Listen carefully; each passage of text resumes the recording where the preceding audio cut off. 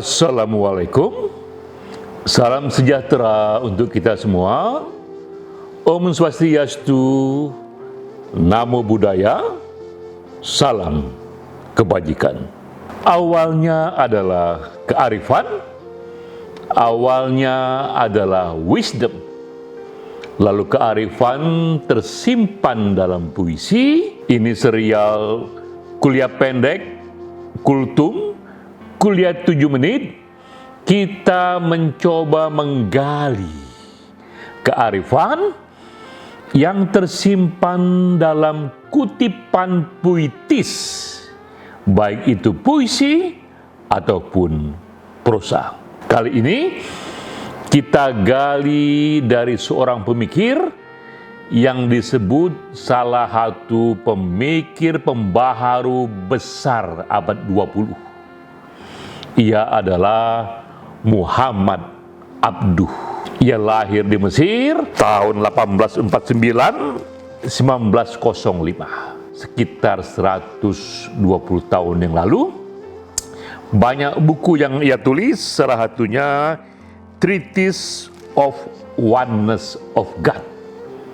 Itu salah satu buku yang ia tulis. Ini kutipannya yang terkenal sekali. Ia katakan, "Aku pergi ke barat, kulihat Islam, tapi tak ada Muslim. Aku pergi ke timur, kulihat Muslim, tapi tak ada Islam." Itu kutipan yang sangat terkenal sekali, yang membuat banyak orang tercengang, yang ia katakan bahwa justru di barat ia temukan nilai-nilai Islami, walaupun jumlah orang Muslim di sana minta ampun sedikitnya. Tapi di timur, termasuk di negaranya sendiri, begitu banyak jumlah Muslim, tapi tak ia lihat tumbuhnya nilai-nilai Islami. Apa makna lebih jauh dari pernyataan Muhammad Abduh ini? Seperti biasa, kita gali dulu riwayat singkat hidupnya, karena pastilah renungan ini hasil endapan panjang dari kisah hidupnya sendiri.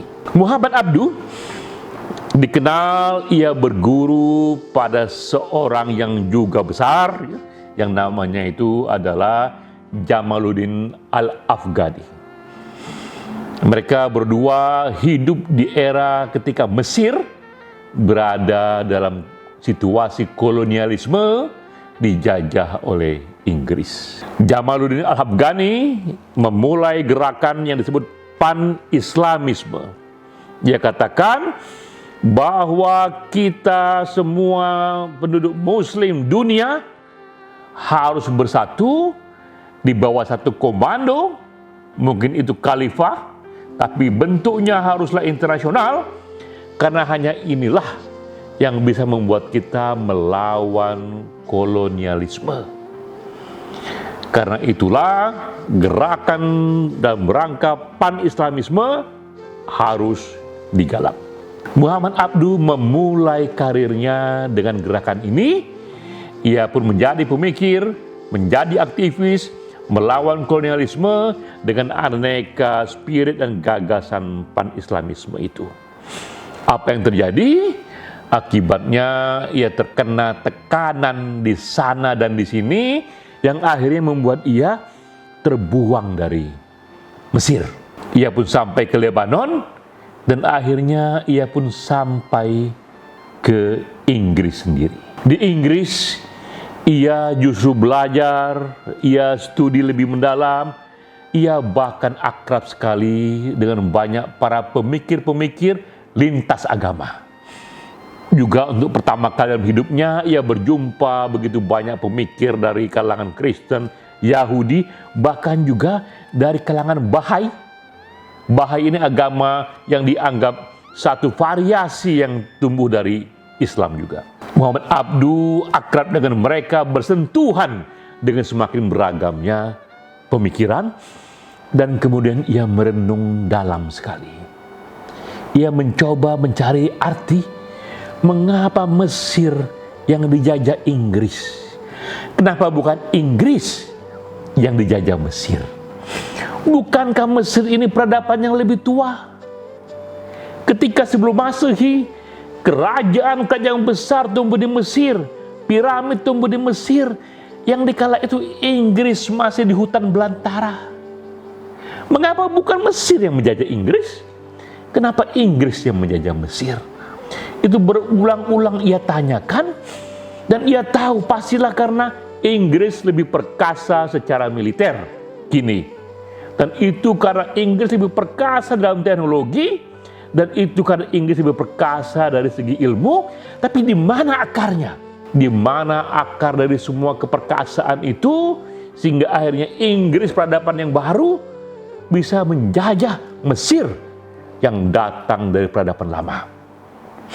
Ia pun sampai pada renungan dan menyatakan energi dari semuanya adalah kebebasan berpikir yang diagungkan, yang diberikan tempat. Kebebasan berkehendak yang diagungkan, yang diberi tempat. Ia mendalami Quran dan ia merasa itu dinyatakan di Quran, itu dilindungi di Quran, tapi mengapa justru di dunia barat energi itu dilindungi, dihidupkan kebebasan berpikir itu. Itulah awal ia mengatakan, aku melihat nilai Islami di barat, walau tak ada Muslim. Tapi aku melihat banyak sekali Muslim di Mesir dan di banyak negara Islam, namun tak tumbuh nilai Islami. Itu kesadaran yang membuat Muhammad Abduh semakin menjadi seorang pembaharu, dan pada waktunya ia pun kembali ke Mesir. Ia kembali ke Mesir menjabat jabatan yang sangat tinggi sekali sebagai imam besar Mesir, imam besar Kairo. Jabatan agama yang membuat ia bisa membuat fatwa-fatwa yang dihormati. Namun fatwa yang ia buat sudah berbeda. Ini fatwa seorang pembaharu. Ia membuat banyak hal yang membuat banyak orang terpana. Salah satunya ia menyatakan bahwa kita dibolehkan memakan daging walaupun disembelih oleh orang-orang non-muslim. Orang terpana. Ini datang dari seorang great imam, dibolehkan makan daging yang disembelih oleh orang-orang non-muslim. Ia katakan pula, bunga bank itu dibolehkan, itu bukan riba. Kembali orang terpana. Ia katakan pula, poligami itu masa lalu, harus ditinggalkan, wanita harus dihormati, dia punya hak yang setara dengan laki-laki. Kembali orang terpana. Dan ia katakan lagi, bahwa kita jangan terikat pada kiai-kiai besar, pada imam-imam besar masa lalu. Karena para kiai itu sama, mereka tidak dapat wahyu, hanya Nabi dapat wahyu. Para kiai-kiai besar itu, para imam-imam besar itu hanyalah para ahli yang juga terbatas pandangannya. Karena zaman berubah, kita pun juga perlu pandangan yang baru sesuai dengan zamannya. Begitu banyak perubahan yang dibawa oleh Muhammad Abduh, itu yang membuat ia dianggap pemikir pembaharu. Oleh para pengkritiknya dianggap Muhammad Abduh, bahkan imam besar kita kini sudah murtad. Ia bukan lagi muslim. Banyak yang menentang, tapi para pendukungnya tak kalah banyaknya. Mereka mengatakan Muhammad Abduh ini adalah seorang suci. Ia seorang pembaharu yang justru datang membawa pemikiran yang lebih segar, yang lebih sesuai dengan zamannya. Hingga kini ungkapan dari Muhammad Abduh itu terus hidup. Walaupun Abduh sudah wafat lebih dari 100 tahun yang lalu, ungkapannya terus hidup bahwa aku ke barat, kulihat Islam di sana, walau tak ada Muslim. Lalu bagaimana kita melihat dalam konteks yang lebih jauh di masa kini? Kita pun menjumpai tokoh lain. Jika Muhammad Abduh berhenti dalam gagasan, di Turki muncul tokoh yang menjalankannya dalam praktek politik sehari-hari. Namanya adalah Kemal Atatürk. Ia seorang pemimpin di Turki. Ketika Muhammad Abduh menyatakan, aku lihat nilai-nilai Islami di Barat, maka Atatürk memulai tradisi. Ia membuat Turki mengadopsi sistem kenegaraan seperti negara Barat, karena itulah lebih menjamin tumbuhnya nilai-nilai Islami. Kemal Atatürk ketika dia usia 7 tahun, sebenarnya ibunya mendambakan Kemal menjadi seorang pengusaha, seorang entrepreneur, tapi diam-diam Kemal tanpa pengetahuan ibunya, dia menyiapkan dirinya menjadi tentara. Karena ia melihat saat itu Turki berada dalam dominasi Ottoman Empire. Ini kekhalifan Islam yang sedang berada di ujungnya, yang sedang berada di masa paling ujung dari kuncup berkembangnya khalifah. Kemal waktu itu sudah muncul semangat nasionalismenya bahwa ia ingin membuat Turki yang lebih agung. Pilihannya adalah tetap bertahan di bawah kekhalifahan Islam, ujung dari Ottoman Empire, yang ia tahu ini sedang bangkrut. Ia lihat juga terjadi satu mentalitas yang buruk. Berbagai wilayah Ottoman Empire jatuh di mana-mana. Atau ia ingin selamatkan negaranya, membawa pada satu peradaban baru yang lebih segar, yang itu ada di Barat sana. Kemal pun tumbuh menjadi seorang panglima, ahli strategi, pemimpin militer, dan akhirnya ia dianggap berjasa membawa Turki merdeka sebagai negara independen. Nah, apa yang dikerjakan oleh Kemal? Lebih dari Muhammad Abduh, ia menyatakan ia ingin tumbuhkan nilai Islami di Turki, tapi melalui sistem yang ada di Barat. Dan pertama kalinya ketika ia jadi pemimpin di Turki, ia katakan pendidikan untuk masyarakat Turki haruslah pendidikan umum, bukan pendidikan madrasah, tapi pendidikan umum, dan itu semua diwajibkan. Semua secara masif diminta wajib ikuti pendidikan umum. Itu sebuah revolusi yang sangat.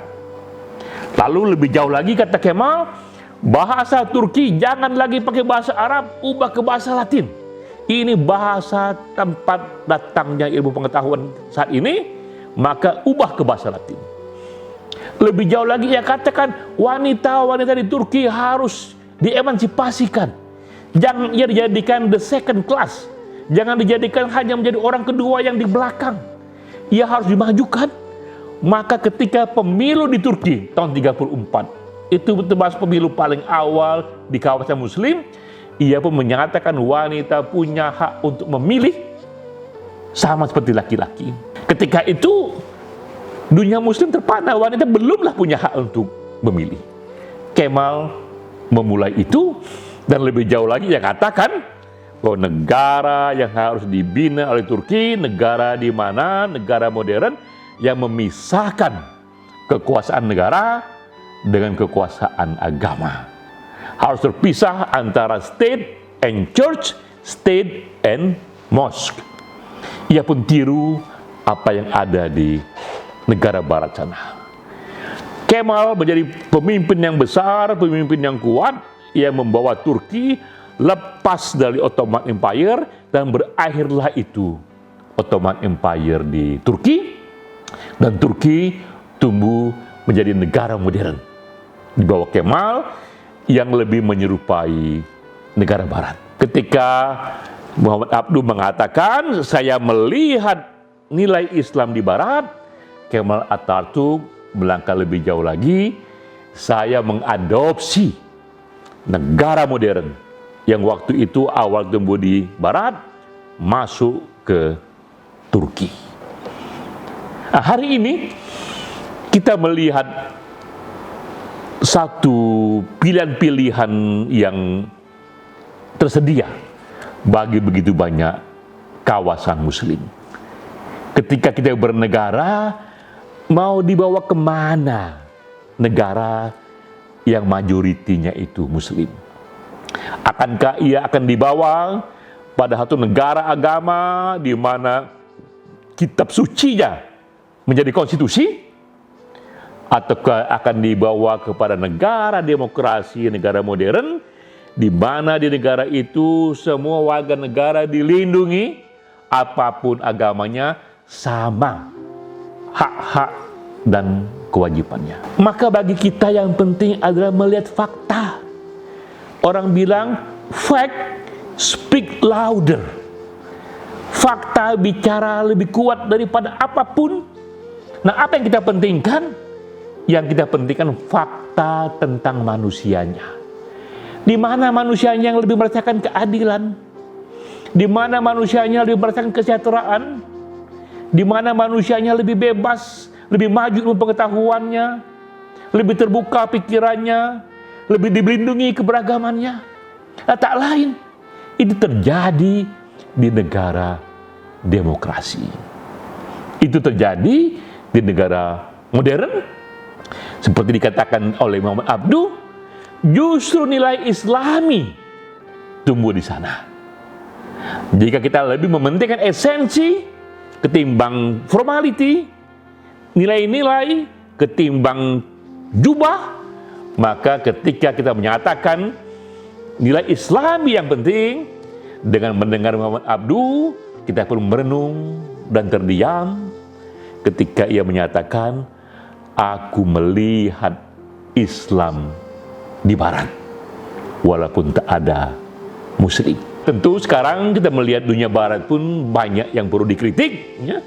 Namun kita tetap meletakkan kaki kita di sana, bahwa yang penting bagi kita ini adalah bagaimana membangun sistem yang melindungi manusia di dalamnya, yang lebih melihat nilai-nilai apa yang tumbuh di dalamnya.